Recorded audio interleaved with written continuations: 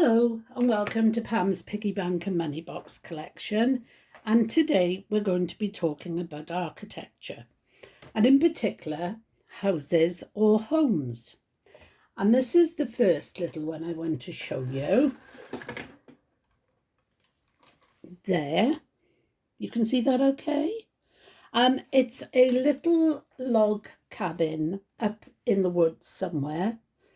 It's beautifully done. It's got lovely little slatted wooden beams across to make the back walls. It's beautifully varnished, but the roof and the base are not varnished, but the rest of it is. There's the slot just coming round now, and here is the front. And in a moment I will be able to show you the stopper. I'll lift it up so I can show you. It's very fiddly, but there is the stopper. You just open the door and tip all the treasure out. As you can see, it's got writing up here which says Country Life and a picture of a bear, and then it's got what I believe to be Chinese writing on it. It is absolutely gorgeous and quite a treasure.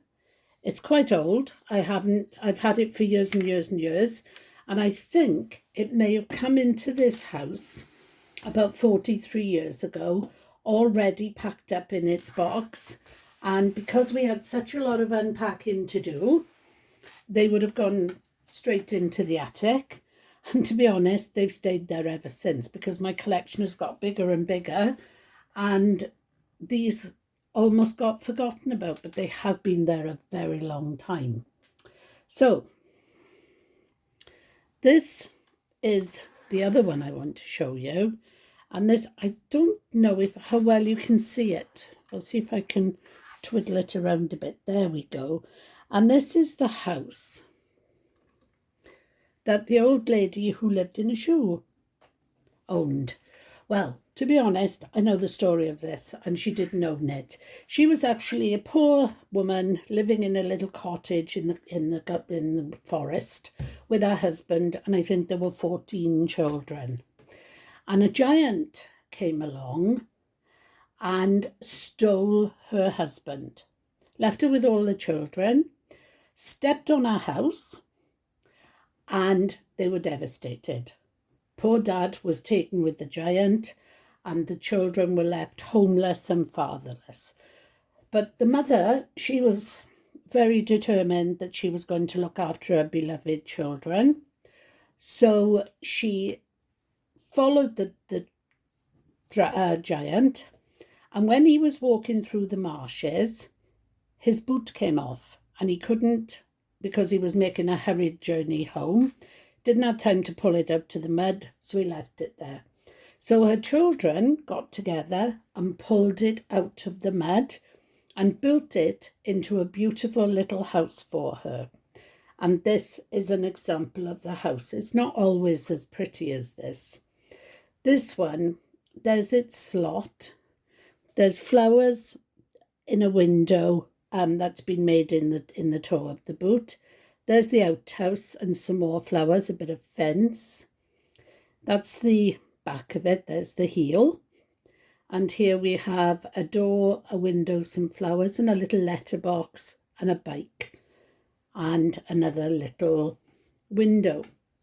Now, I wanted to look up the rhyme for you because I couldn't quite remember it, and I knew it was something nasty. So I looked it up, and I'm going to tell you what the story is. It says, there was an old lady who lived in a shoe. She had so many children, she didn't know what to do. So she gave them some broth without any bed and whipped them all soundly and sent them to bed. Well, that's not very nice, is it?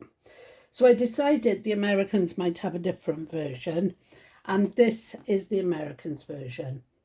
There was an old lady. I'll start that again. There was an old lady who lived in a shoe. She had so many children, she didn't know what to do.